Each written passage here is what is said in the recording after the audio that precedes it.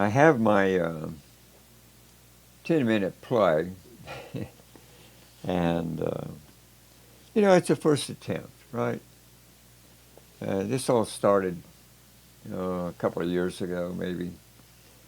Uh, I got involved with some writing, and then it went on to poems, and now I'm here with this 10-minute play. And to me, it's not so much is it good or bad. It's really a matter of it's something I started and something I completed, and it's there that I find satisfaction. You know, obviously, if someone likes it, then that's nice. If someone hates it, well, then I take my bruised pride and sulk for a little while, and then I go at it again. You know, but it's really for me. That's what this is about. You start and you finish something, and that's what I've done with this uh, play, The Three Old Men.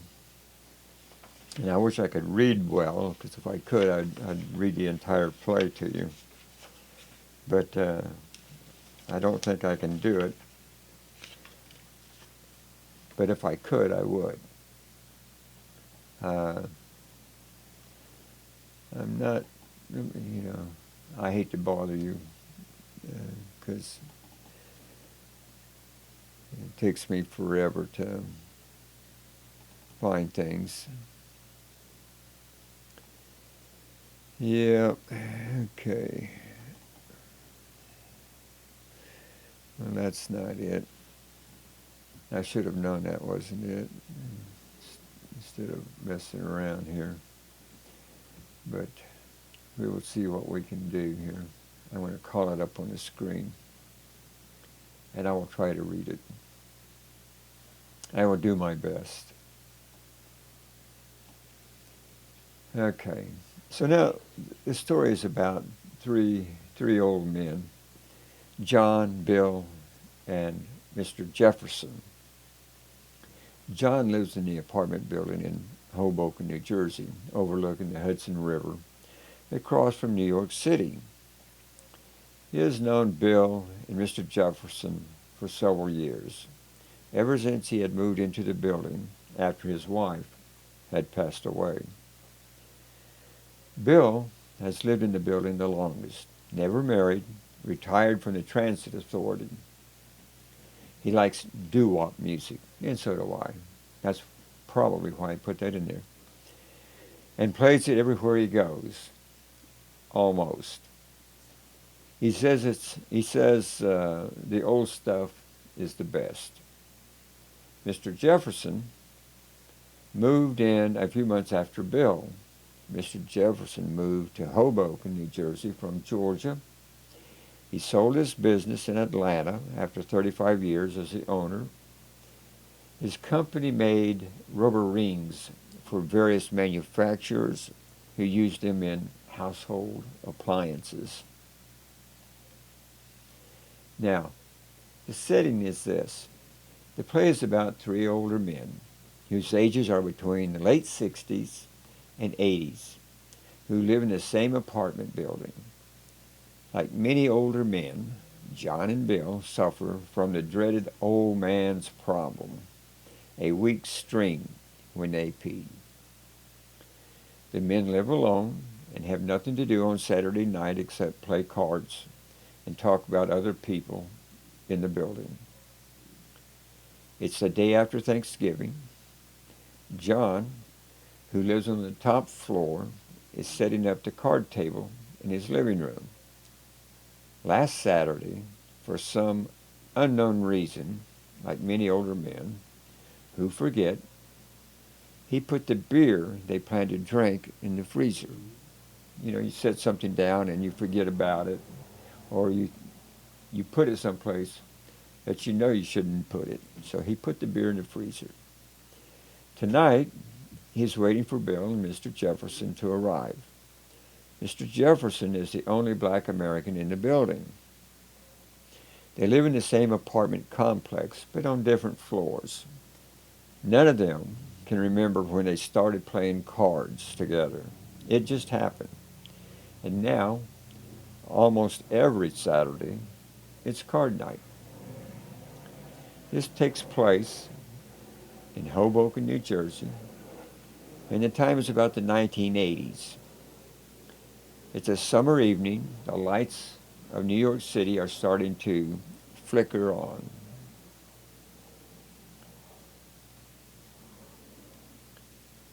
And so the curtain comes up.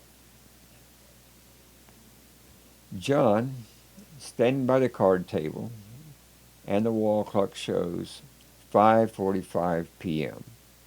In his hand is a deck of cards.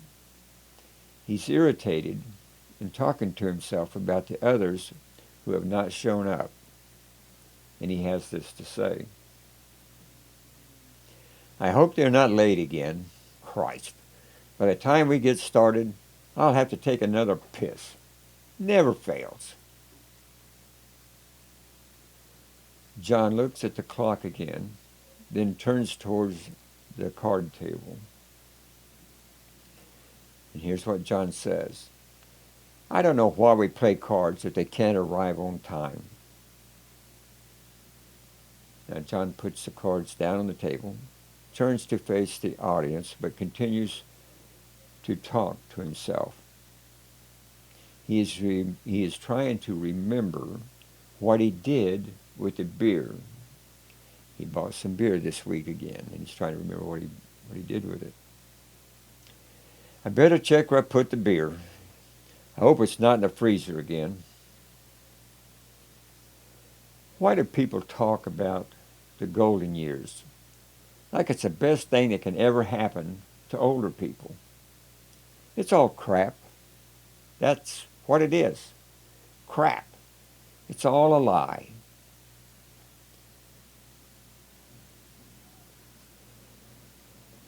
Pull yourself together, you old geezer. Get a grip. Last week, remember you put the beer in the freezer? John, if you're not careful, they will take you away. They will put you in the nut house someday. That beer didn't thaw out till Monday. John leaves the living room for the kitchen. After a few minutes, he returns.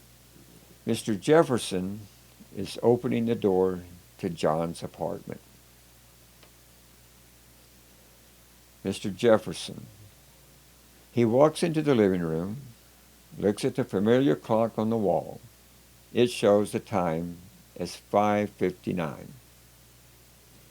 After noticing the clock, he looks around and complains to John.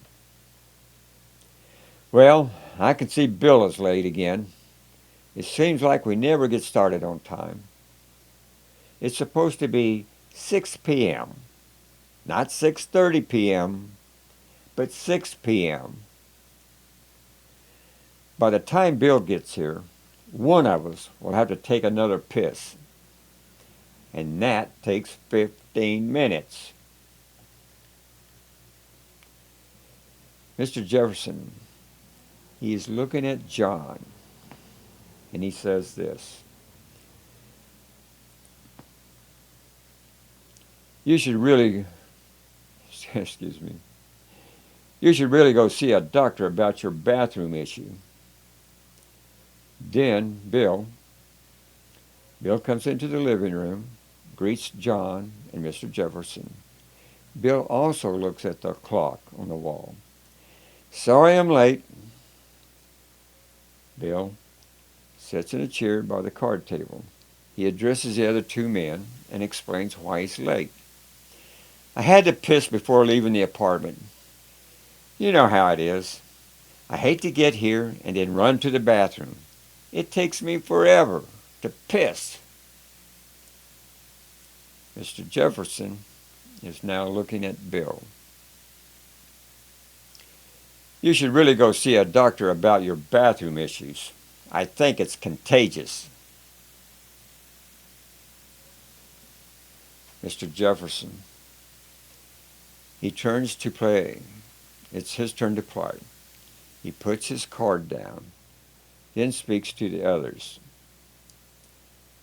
Have you seen the new tenant? The one who moved into old Mrs. Wilson's place? Bill. You mean that nice-looking widow with long gray hair? I saw her this morning. She was looking good. Not a day over 80, I would say. Mr. Jefferson. John, it's your turn. I played the 8 of hearts. John. Here's my 9 of hearts. Yeah, I seen her.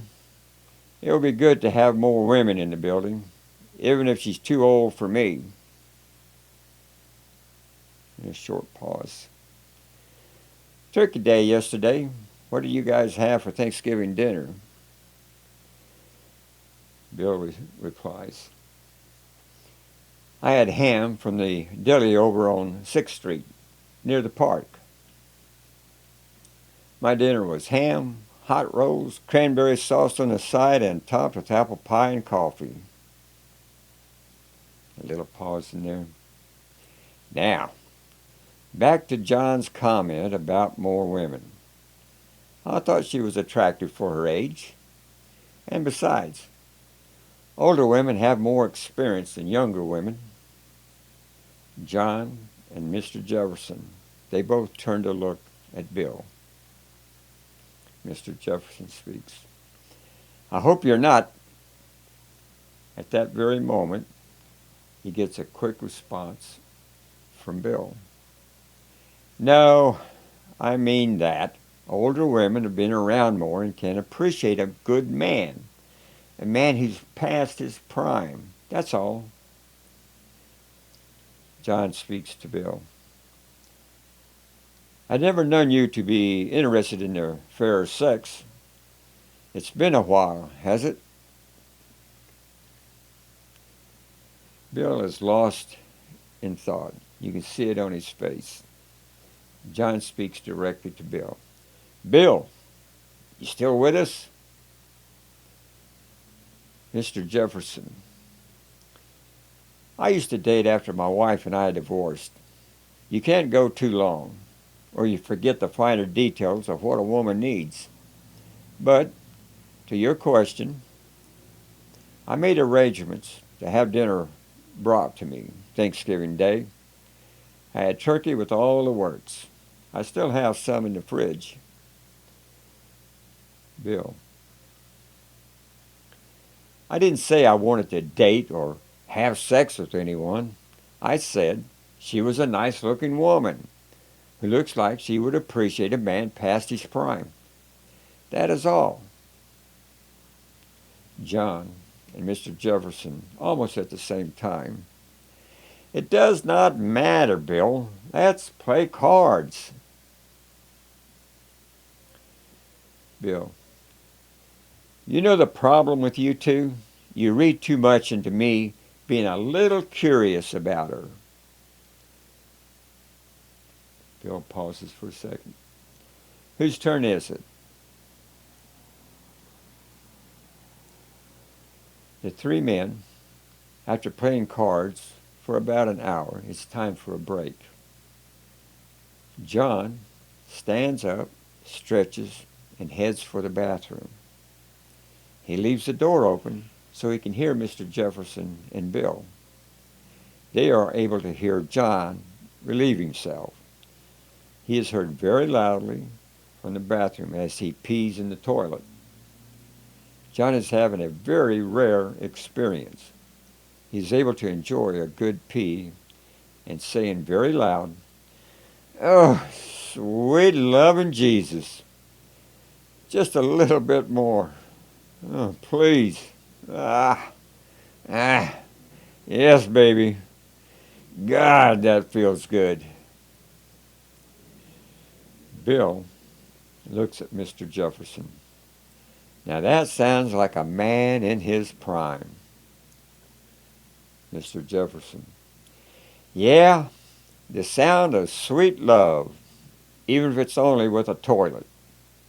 I remember those good days when I was younger. I had good times, even with my wife. Bill.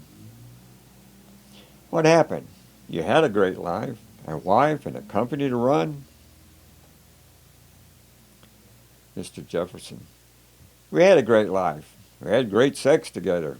Unfortunately, I was caught having great sex with her friend next door. Bill. He has an astonished look on his face. Taking a chance and getting caught cheating. Wow, that had to suck. Bill continues. Can you reach behind you and grab that pack of cigarettes for me? Mr. Jefferson hands a pack of Lucky cigarettes to Bill. Then Mr. Jefferson. You could say she was on it, if you know what I mean. It was at that very moment my wife caught us. There's a little pause in there. You know what it's like to climb a hill? You're almost to the top and you feel real good. I mean, really good. But you don't get to finish? That ended my marriage and a second chance with her old friend next door, Bill. Bill completely misses the point about the hill. Man, that had to be tough trying to explain yourself to your wife. John. He returns to the living room and joins him at the table. Bill has this question. How long have we played cards every Saturday night? Mr. Jefferson. Not sure. Never thought about it much. Why do you ask? Bill. He has this thoughtful look on his face. I was just curious about how much time we've spent together. It seems like we've been playing cards every Saturday night for as long as I can remember. Bill, and there's a short little pause. You know what I heard the other day in the laundry room? I heard that the widow is the friendly type. A little short pause in there. You know what I mean? He's got that little look on his face. Mr. Jefferson. I don't think you should get too concerned about her. I don't think you would be her type, if you know what I mean. Bill, not really caring about that little slight there. No, I don't know what you mean. There's a little short pause there. Who's going to shuffle the deck this time? I did it last time. John speaks. Give me the cards. I'll do it. It's my turn anyway. Mr. Jefferson. Well, you're a few years younger, and she might want someone a little older. Bill. She's only a year or two older than me. And a short pause in there, and then he continues. It's not going good for Bill. He puts his cards down and exhales loudly. This is not my night, that's for sure. Who's ahead on points? John speaks. I don't know if I could have a physical relationship with another woman. She might be willing, but how do you start? Mr. Jefferson speaks. To start, you have to speak to her, get to know her a little bit, and then, when you think the stars are aligned, you ask to come over for a while. John. You make it sound easy. Go on. Mr. Jefferson. Then you compliment her on how nice she looks. things like that. You get to her, you get her in a mood, John. Well, it all sounds easy, but how would I know if a woman was in the mood? And what if I screwed it up? What if I blurted out, "Hey, would you like to do the nasty tonight?" In a short pause there, Bill speaks. "I can see your point. If she thinks you're coming over for tea, it might be a shock asking her to do the nasty thing." And he laughs about it. Bill and Mr. Jefferson both laugh. Mr. Jefferson, "It would all come back to you, trust me. But before the big night, check with your doctor." John, "What do you mean?" Mr. Jefferson, he laughs. "Well, it would be too much for Bill and me if you were found dead in bed. And if you get the doc's okay, get a couple of those little blue pills. At your age, you're going to need them." Bill responds, "Besides, John, if you died, we would need another player for Saturday nights." John laughs. "Yeah, let's play cards." The three men all laugh. John speaks. "Besides, who would want any of us? Three old broken down men who spend their nights in the bathroom trying to pee." Bill, there's a short little pause. "Let's play spades next Saturday. Yeah, I'm tired of hearts." They all laughed, took their beer cans in hand, saluted. It was their Saturday night for cards. Just before the curtain closes, in the background you hear doo-wop is heard. Bill has the last line. "Hey, do you want to hear great music? I know this radio station. They play doo-wop 24/7. The best music ever for a game night." In the final curtain. Well, that is my little 10-minute play. I don't know how long it takes me to do it, but I enjoyed doing it, and hopefully this will work out and you get to watch it. And there'll be some audio to it. Okay. I got to close this thing out. I have to close it out if I can find it. There we are. Okay, so I think I can do that.